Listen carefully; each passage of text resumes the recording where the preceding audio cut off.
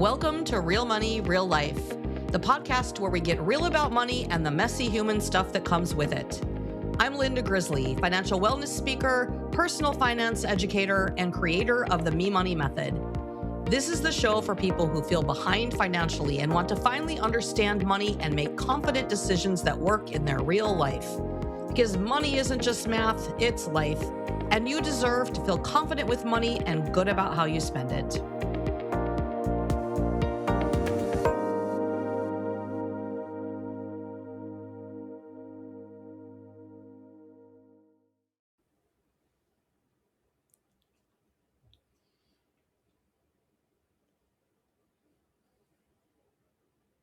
Sometimes the problem is not that you cannot handle your life, it's that you have been handling too much of it alone for too long.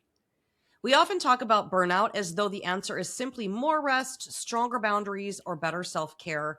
But when a woman has spent decades being responsible, productive, and available to everyone else, slowing down may not feel relaxing. It might actually feel dangerous. And when income, health insurance, pension, or retirement security is tied to the environment that's exhausting you, this is no longer a wellness issue. It becomes a real-life money decision. How do you protect your future without sacrificing yourself to get there? Today, we're talking about what happens in the mind and body when someone has been last on their own list for too long, and how chronic stress affects financial decision-making, and how to begin moving from I'm trapped to I'm building options. My guest today is Dr. Julie Merriman. She is a counselor, educator, author, speaker, podcaster, and licensed professional counselor supervisor with nearly 30 years of experience. Her work focuses on helping women recover from burnout, compassion fatigue, and the effects of chronic self-sacrifice. Drawing from clinical neuroscience, polyvagal science, and somatic practices, she helps women understand the patterns their bodies may be using to protect them and begin finding a path back to greater energy, agency, and joy. Julie is the author of In Pursuit of Soul Joy and the host of the Compassion Fatigue Cure podcast. Welcome, Julie. Well, thank you so much, Linda. I'm glad to be here with you. Yeah. And you know what? I have to say, reading through this, I have definitely been one of these people. So I am looking forward to the conversation. I've learned a lot since I was deep in it, but I'm clearly not out of it yet. I still find myself falling back into some of the same patterns. So this is going to be as much of a help for me as it is for our listeners today. That's awesome. That's awesome. Yeah. So compassion fatigue. First of all, let's talk about what that actually is, because I think we all have an idea that comes to our mind, but how would you define it? Sure. Well, I do a lot of work around Charles Figley's work, although Sue Joyner was the person that first coined the term compassion fatigue. But what it is in a nutshell is that we give and we give and we give, and a little piece of our heart, and especially as therapists, and I train therapists into the field, so I'm always very cognizant of how that's impacting them. But girl, it's not just therapists. We women are so socialized to be givers and caretakers. So with compassion fatigue, we're giving a little piece of our heart every time we're helping someone. We give and give and give until we are empty. We have no more to give. But do we stop? No, we keep giving.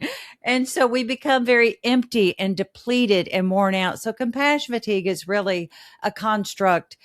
And in fact, Figley calls it an occupational hazard of the field, where we've given so much, we are so depleted, we don't have anything else left to give, but we keep giving. So you end up with some kind of depressive symptomologies, if you will.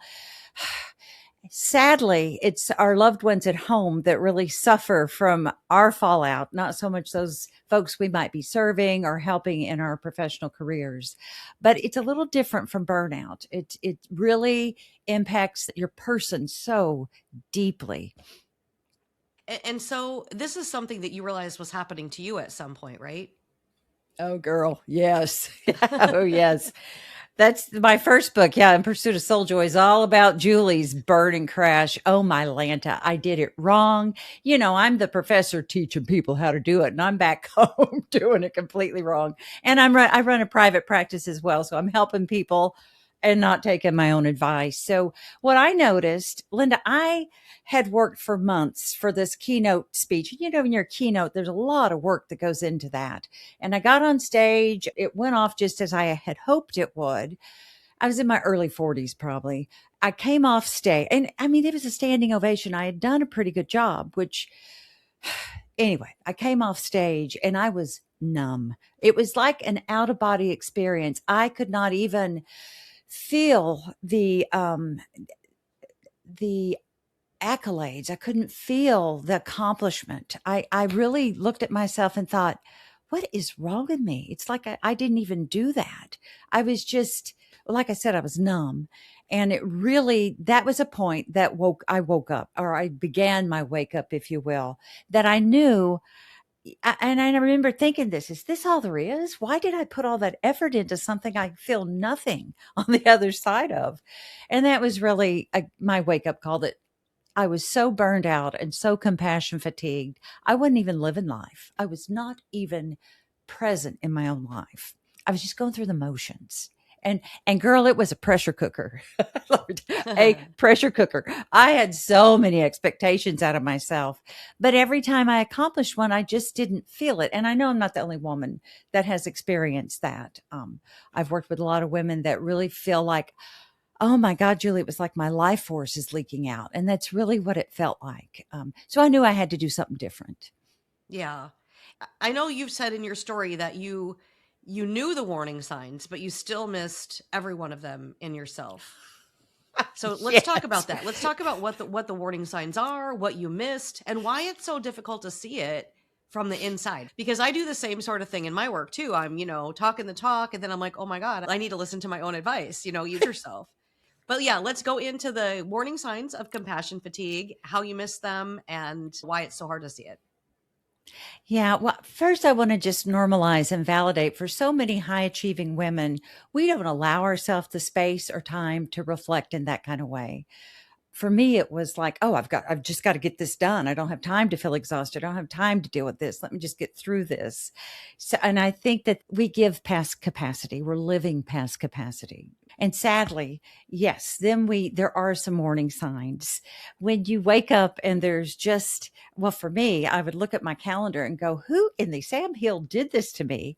It was me, that did that to myself. I just dreaded my whole day. Like, why would I do this to myself? But I didn't feel like I had, and I didn't realize it at the time. I know now, looking back, my value was placed on, my worth was placed on what I was doing, not just being Julie. I had to prove I was worthy by all the things I was accomplishing. So that's one thing she'll look at, looking at that calendar and going, what in the world am I doing here? Second, the joys you might have had, you don't have so much anymore. You don't even know what you like. You don't even know how to not be busy. Busy, that dopamine has become a bit of an addiction, if you will. A lot of times we're so disembodied. We're these floating heads of competence, thinking we can think our way through all these things. And we're completely disembodied. And that's a big sign there, where you think, I don't even know what I feel where. A place I will start with my ladies is a full body scan. Where are you feeling that anxiety? And, she'll get a bit irritated with me, like, I don't know. I haven't been in my body in years. I don't even want to go there. But that's the very first place we need to go. But that's a sign. Am I this floating head of competence? Am I thinking that I have no value unless I'm busy? I will give a client an assignment to just, I don't know, maybe color for 10 minutes on Saturday, or bounce on a trampoline. I live out on a ranch in Texas. So I like to step outside, and I'm looking at my oak tree out the window here and just watch the leaves kind of wiggle in the wind. I'll give her that assignment, and girl, she feels like she's going to crawl out of her skin. She doesn't know how not to do. That's a big sign that something's going on that we need to look at. And let's say, and I feel so bad, my kids are in their 40s now, but when they were little, they were younger when this hit. And I remember they'd want to, I don't know, talk to me when I got home. I'd be like, oh, I don't have space to even talk in this moment. That's a big sign to go, what's going on with me? Why Do I not have time or space for my loved ones in this moment? I mean, the signs go on, but it's if you really feel like you're disembodied and don't know who you are anymore, that is a big clue that something's going on that needs to be addressed.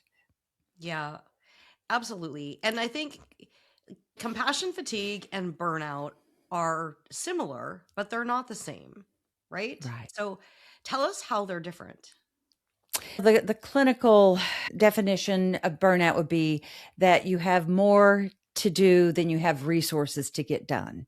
So that happens a lot, especially in the mental health system where there's not a lot of money put into it. So one person is doing the work of five people and wondering, I kid you not, I have some women that come to me that have a caseload of 500. There is no way you can take care of 500 people, but she's always killing herself trying to get as much done as she can. That's really going to lead to, well, compassion fatigue, but also burnout.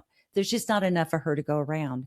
But as I've done my research, especially in the last, I'd say 10 years, I've been researching this since early 2000, maybe 2000, but last 10 years, it really, I had this epiphany as I'm looking at all the research.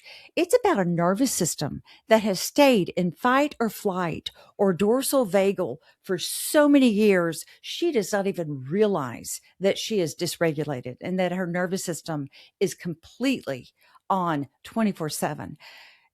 That is why she can go on vacation. Let's say she's gone for 2 weeks, because I think it takes a good 2 weeks. That first week, you're just trying to untie everything. But let's say she's gone for 2 weeks and comes back and she's just as exhausted and does not understand what's going on. That is a signal that it's a very dysregulated nervous system. And in my belief, burnout and compassion fatigue are tied to that nervous system. We cannot work on any of this until we get that nervous system regulated, where we are in that sympathetic state, or the the state where we can be social, the state where we can relax. The book I just published a couple of months ago, it's a racy title, but it's about nervous system regulation. It's called "Are We Going to Have Sex or What?" And the reason I went there was because once she gets a bit regulated, or once she gets the compassion fatigue and burnout kind of tapped down, she still realizes, where's pleasure? Where's desire? Where has my life gone? I still don't fully understand how to be me again. And we really have to work on that nervous system getting regulated so we can find ourselves again. And it can happen. And it's exciting. And, Linda, to exacerbate all that, God love us women. We raise those babies. We keep a marriage going. We take care of our parents. We run the boardroom. We're doing all these things. And we wonder, where did I go? How can I find me again? And that's about the time, we're probably around our 50s, where our estrogen is depleted, our hormones have completely discombobulated. And I think that is one of the biggest gifts nature gives us, because at that point we can really look at our life and say, I'm not doing this anymore. I don't have the tolerance to kill myself anymore. And we can really redesign how we're going to live those next chapters of our life. Yeah, I think that a lot of what you said is about how it shows up. And I think it shows up in all parts of our life, right? It shows up in our work, it shows up physically, emotionally, relationally, and then also financially. Because this is a money podcast, let's talk about how this might show up in our finances. Girl, that is the big one, especially for those overachieving gals that have been running the boardroom, that have a really nice salary coming in. I was a dean at a university for a number of years and I was miserable. Okay. I was miserable, but I was terrified to leave because I had such a good salary. So I was living in misery because I wanted my bank account to look a certain way. I know I'm not the only one. We work so hard to get to that place in our life, and then we're so scared of leaving that salary. And I call that the golden handcuffs. In fact, I have a workbook on the golden handcuffs. I try to help women look at, yes, that's a great salary, but how can we've got a skill set there, and it doesn't mean we have to stay in a miserable setting as as I was as a dean, I was able to find another job. The job I have now, I wanted to get out of administration, but I'm still in administration as a department chair. But I'm not driving 200 miles a day. I I live on a remote ranch in central Texas. I was having to drive. Well, I won't tell you where, but it was a long way, a couple hundred miles round trip. Now I work online for this small liberal arts college that is precious. They value me. Was it a bit of a pay cut? It was, but I work from my office here at home. I don't drive my car. I can't remember the last time I drove that car, which is a game I play now. So I'm saving money there.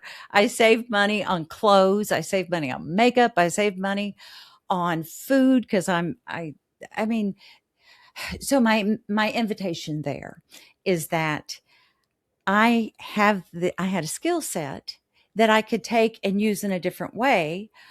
I'm still making good money, but I'm not spending as much money as I was where I was making more money. So, and I'm so much happier. Oh my God, I'm so much happier. I can go. I'm also a yoga instructor, so I have some yoga goats out in the pasture.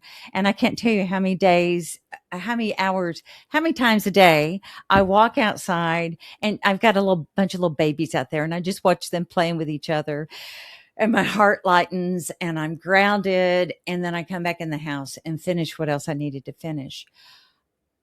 That really was about money. That decision. I mean, I stayed in misery for years because I was fearful. I finally opened my mind to see there were other ways to use my skill set and have a much more pleasant life while I was at it. I love I can totally that. appreciate the goat thing.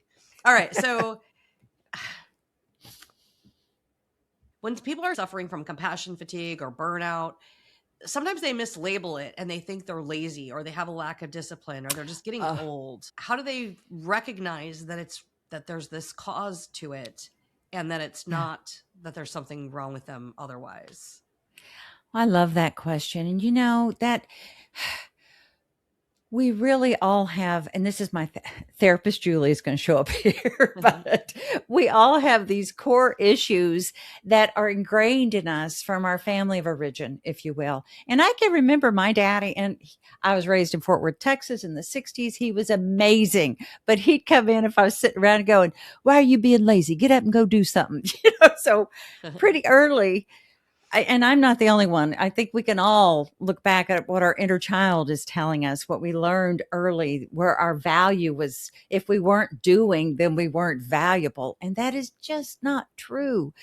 It is very called for to take a break. It is very called for. In fact, your brain needs to have time where we are doing nothing so it can regenerate and it can take care of us. It has nothing to do with laziness.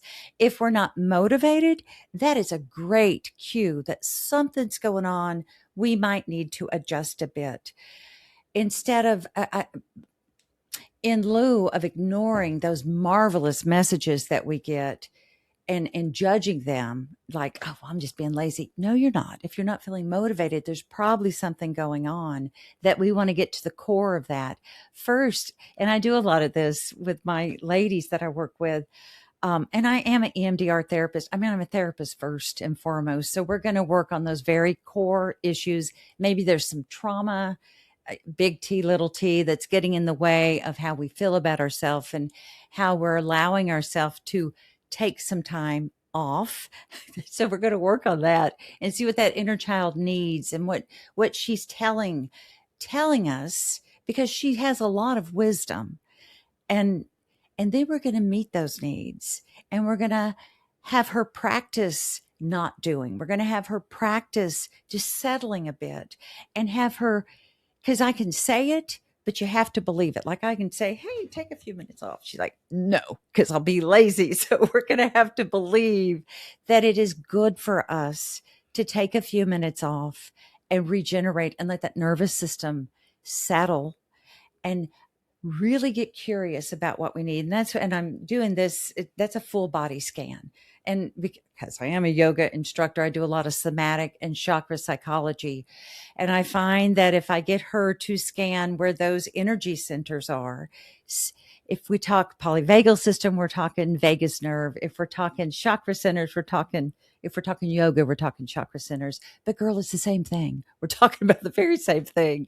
But I want her to be able to scan and understand what she needs. I was working with a woman a couple of days ago, and she had a lot of heaviness in her chest area.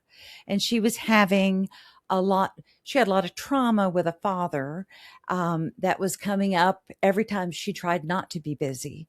And we really had to dig into that and help her re-understand that in a different way, that it wasn't about her. It was about a parent that was doing the best he could. We're not going to beat up on parents, but to allow her to have space to where she could just rest and not judge it as being lazy. And that's my invitation there. Don't judge, be curious, and offer yourself lots of self-compassion. If you're feeling like you don't have that motivation, there's probably a reason, and it's fine to take a little rest. It is fine to take a little rest. And I think that's one of the hard things when you're doing so much. I think that we get to a point where we feel a need to find an excuse to have a rest. Yes. Oh, absolutely.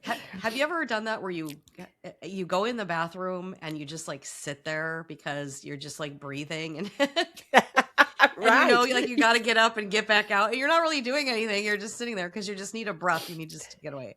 I've done that before. And it's like, that's really sad if that's where you end up going to take your peace and quiet.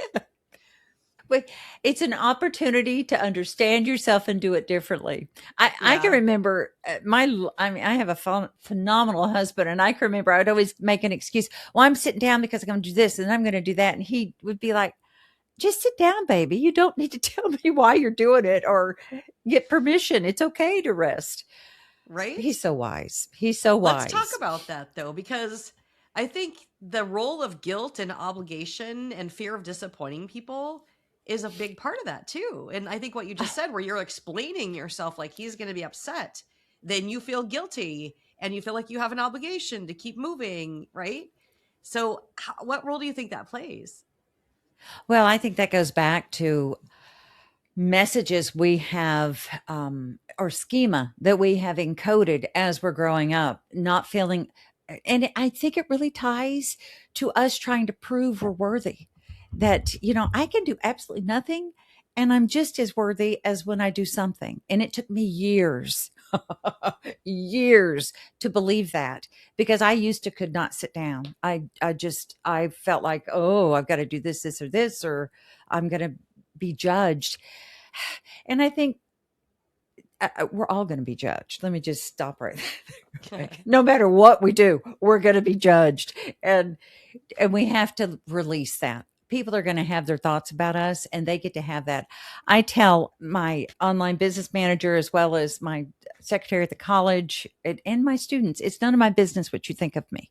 I don't even want to know that you're going to have those thoughts. And I know when I put my head on that pillow, I have done my best to be the best human I can be today, and let it go.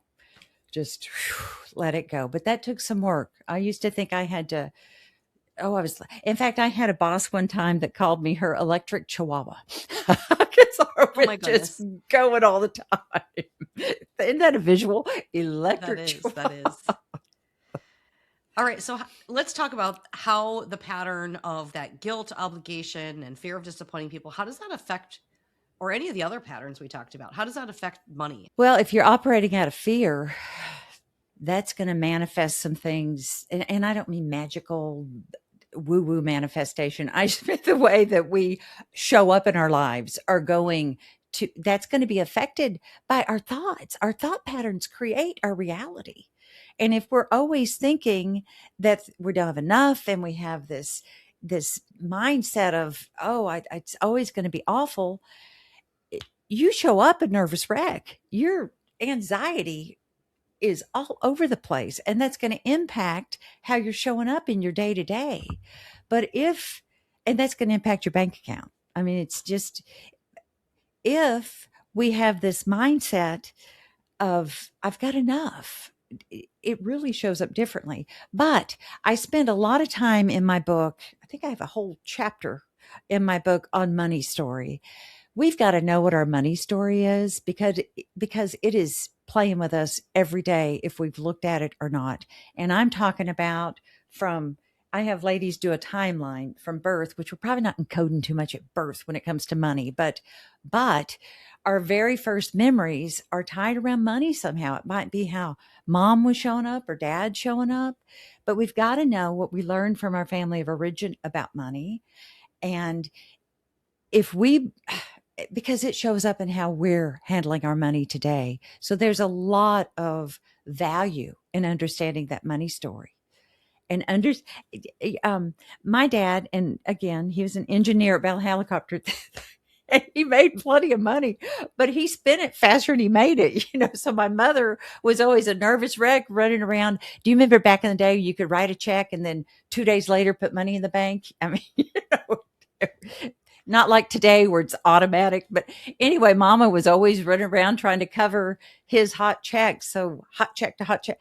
I remember going with her to those places and she was just in this frantic energy. And then she come home so PO'd at my dad. I learned money was scary. It took me a lot to unwind that money is just a tool, a tool to help us do what we need to do. But Linda, I bet I was 30 before I made any kind of peace with money.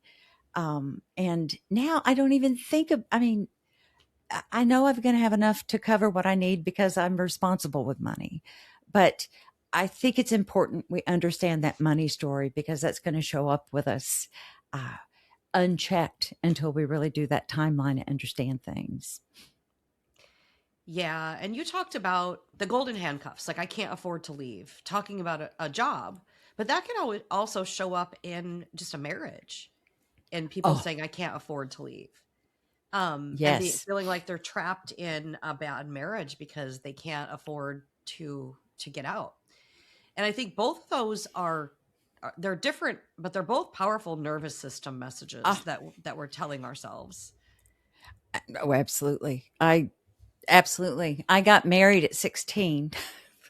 I don't want anyone to do that who's listening, but which is, I mean, oh my, it's a long story, but I wasn't pregnant. I think that's important to know. But I got married at 16 and my daddy told me I made my bed. So I had to figure it out. And I was good 27 before I could get myself out of that. I had 2 children along that way and I felt very stuck. I didn't know what to do. By the time I put my nose to the grindstone and I was working through jobs, I taught aerobics, I worked at the sheriff's office, I dispatched at what's called graveyard shift at night, and I managed some apartments so I'd have a place to live, and I got myself through college and my babies. But I think that's why I started my career just in this frantic energy of, oh, I've got to prove I can do this because I was so stupid. I made this big mistake. Uh, but I did feel very trapped until I figured out that, I may not be living in the Taj Mahal, but I was living comfortably. I was taking care of my children. I got myself through my undergrad and I got myself out of because he was a bit abusive. I got myself out of that really bad situation. And, and then when my energies changed, I attracted this amazing man I've been married to for 30 years, and I mean, my boys will say the same thing. They're like, Mama, life really felt like it began when you married Dad. He adopted the boys, so but I had to get because here's what I've learned too, Linda. The cage that we have ourselves in, we're the only one that has that key, and that really is about getting a regulated nervous system and checking our thoughts. That energy of me believing I couldn't do it was very different from the time where I said, F it, I'm doing it. I'm not living like this anymore. Yeah. So I had a child at 16. I didn't get married. Okay. And I Okay. can definitely appreciate the hustle, the just trying to get it all done and trying to keep it all together and move forward. And so I can definitely appreciate that and getting stuck in that cycle. And one of the things that I talk about, you said you talk about money stories. As I talk about, we have money stories, But sometimes our money stories that we have, we're still living with, even though they don't belong to us anymore. So I think Right. you said you came out of that money story around 30. But some people don't ever come out of it. Like they're still living it, whatever they were back when they were doing it, whether it was 16 or 20 or 30, whatever. They might be 60 years old and still living that same story, even though it doesn't apply to them anymore. Oh, absolutely. So I'm a therapist, but I think all of us need some therapy. Therapy isn't about being crazy. Therapy is about self awareness. And I know I keep myself in therapy because the job I have is very difficult, but also that self awareness and having someone, a third person, kind of reflect things back to you really helps you be able to move into a life that just fits better. I'm comfortable in my skin. I have so much better self awareness than I had before I started my therapy. So a good therapist, and just because you're licensed doesn't not everyone's a good therapist, but a good therapist can help you with that self-awareness. Can confront that, help me understand why you're still living this money story of a 60-year-old at 60. Life is very different now, which can be so freeing. I mean, just so worth the effort. Yeah. And didn't you have some somatic signature questions that gave us things to think about when we were thinking about things like this? Yeah, well, actually, I have a somatic signature quiz that's on my website. It's free. It's just like 5 or 6 questions, but part of it is, are you braced all day? You know, if you're braced all day, something might be going on. Are you desperately trying to prove yourself when you have nothing to prove? Might be something going on. Are you terrified to leave a job because you're afraid leaving that paycheck? There might be something going on. My husband just came through brain cancer, and we were all but lived at a hospital, if you will. But I know as I was sitting in the ICU, as I'm watching those nurses and talking with them, they were so miserable. Some of the patients were just so mean to them, and they had so many amazing skills, but they did not feel like they could leave because of XYZ. But they had so many amazing skills that would work in lots of different areas. We get ourselves locked into one thing and think there's not other choices, but there always is. But those golden handcuffs, I mean, that's a golden handcuff question. So there's several questions like that on the quiz to help you understand which burnout, compassion fatigue might be messing with you. And did you have a financial worksheet also that can help people? Yeah, yes, yes, it's part of that quiz. Tell us more about that, the financial worksheet. Oh, yes, it's just asking, how much money do you need today to make things happen? What kinds of things could you maybe let go? Could you wait to buy that new car? Is your car, I mean, that's where I'm at right now. I'm waiting to buy my new car because I know the car I have now is paid off and it's just fine.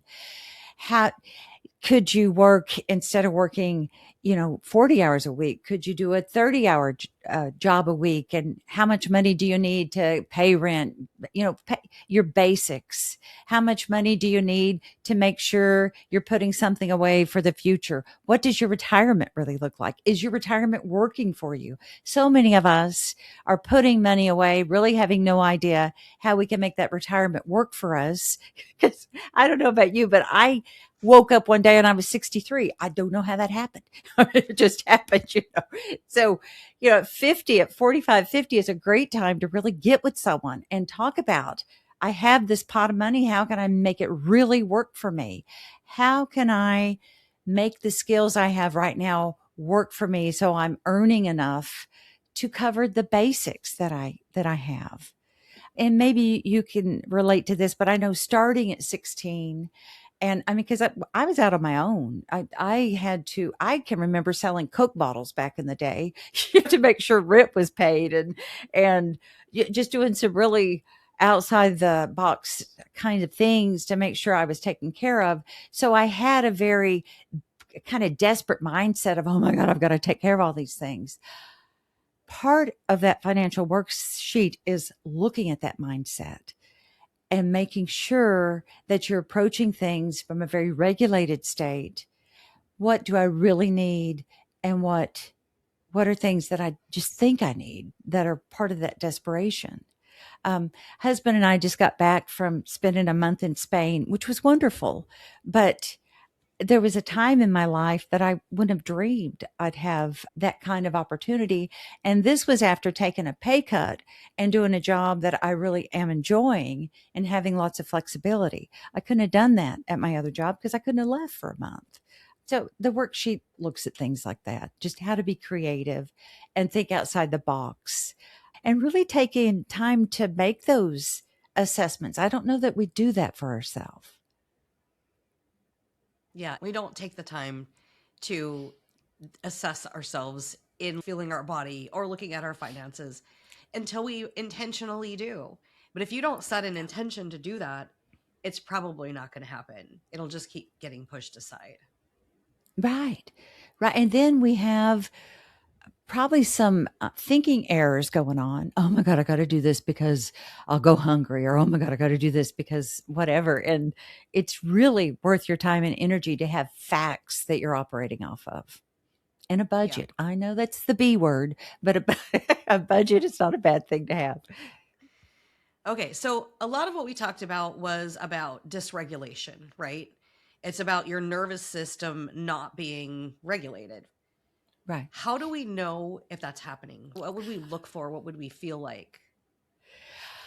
Oh, such a good question. I tell you what, I would invite everyone right now to bring their shoulders up to their ears and just brace every fiber in their body and then drop and notice the difference.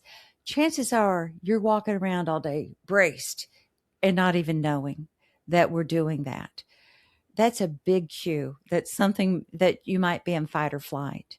Or someone asks you how you feel about something and you have no clue. I don't know how I feel. That's a good idea that you might be in the dissociated numb state of the nervous system.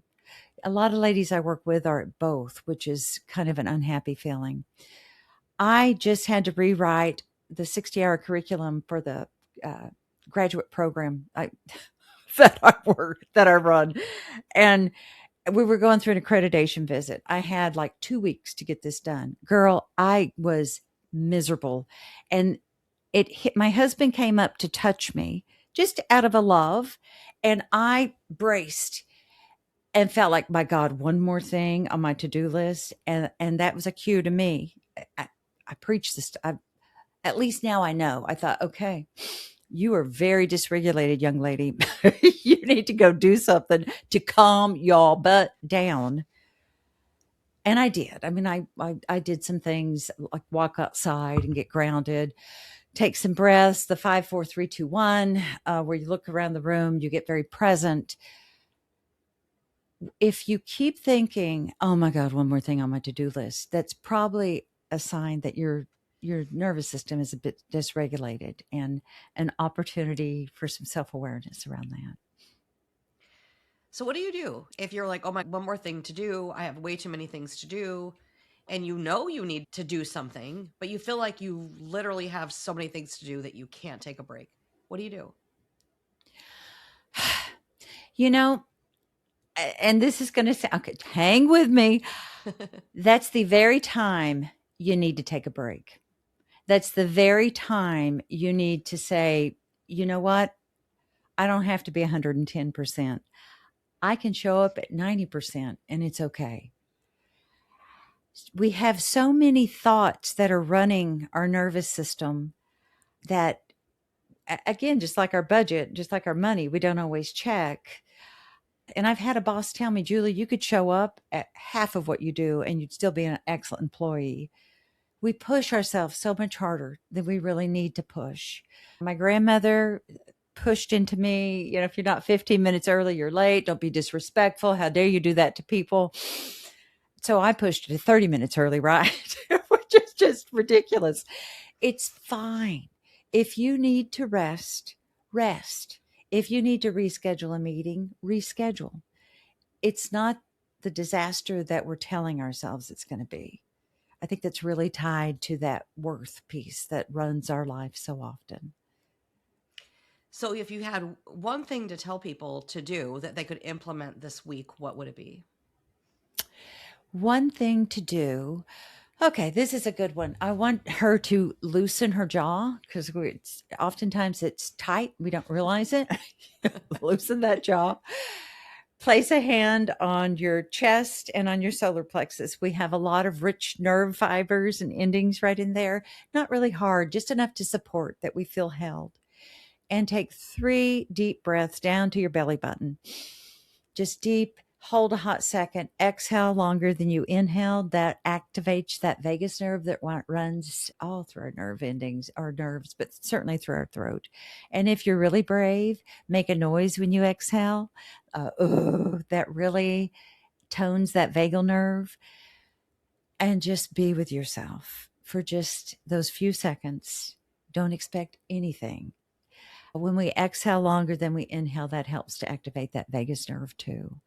If she'll do that before bed each night, if she's having some trouble sleeping after a week, I promise she's going to notice just a little bit difference when she goes into sleep, because we're telling that nervous system, that stress cycle, it's time to let go. This is over. It's okay. Great. That's something wonderful to start with. Start pausing, start doing this exercise. When do we know if self-help is not enough and we should seek professional support? Well, I'm going to tell you, always go see a professional. But certainly if it's a pattern that keeps showing up, if it's something that makes life feel like we're looking at quality, right? In being comfortable in your skin. And if it's something that keeps showing up, chances are you have an EAP that's going to give you 6 free sessions anyway. Use it. Use those with a therapist, what I'm saying. So, it doesn't hurt. It's not going to hurt anyone to go see someone. Great. So now tell us, who needs to find you? Well, if any of this resonated, you need to find me. If you're 45 or over and you're wondering what in the heck is going on with me, check out my website. I've got some great resources for you. I've got a couple of books, and I'd love to hear from you. And my podcast, I've got Sexy After 50 and Compassion Fatigue Cure. And every podcast, we do an activity together. I love research. So we talk about research, and I put it into an activity so that she can walk away with something. I think that's the professor in me. Wonderful. And so give us your website and tell us where else they might find you. www.juliemerrimanphd.com. I'm on Instagram and Facebook. Great. Well, thank you so much for being my guest. Appreciate you taking the time with us to share your wisdom, Julie. Thank you, Linda. I enjoyed it. And for those of you still listening, financial security matters, but so does the life that security is meant to protect. The answer is not necessarily to quit tomorrow, and it's not to sacrifice yourself indefinitely for a future that you may be too depleted to enjoy. Real financial confidence comes from understanding the numbers, recognizing the trade-offs, and building choices. Putting yourself back into the equation is not responsible with money or with life. It's part of creating a plan in life that supports your future and the person who has to live long enough to reach it. Thank you. Thank you. Thanks so much for listening to Real Money, Real Life. Want to see what's blocking you from financial confidence or discover your money personality? Head to the resources page at lindagriz.com for our free quizzes. That's LINDAGRIZ.com/resources. If you're loving what you're learning, be sure to subscribe and leave a review. It helps more people find these conversations. This show is hosted and produced by Linda Grizely Ventures, LLC. Linda Grizely, that's me, is an investment advisor representative of Nectarine, an SEC-registered investment advisor. Linda Grizely Ventures, LLC is separate and unaffiliated with Nectarine. The views expressed on this show are those of the individuals expressing them and do not necessarily reflect the views of Linda Grizely, Linda Grizely Ventures, LLC, or Nectarine. Guests on the podcast may express opinions or discuss financial strategies that are their own and should not be considered recommendations or personalized financial advice. This podcast is provided for informational, educational, and entertainment purposes only and should not be construed as personalized investment advice or a solicitation to buy or sell any securities or other products. Listeners should consult their own financial, legal, or tax professionals regarding their specific situation. Please visit hellonectarine.com and lindagriz.com for all relevant disclosures.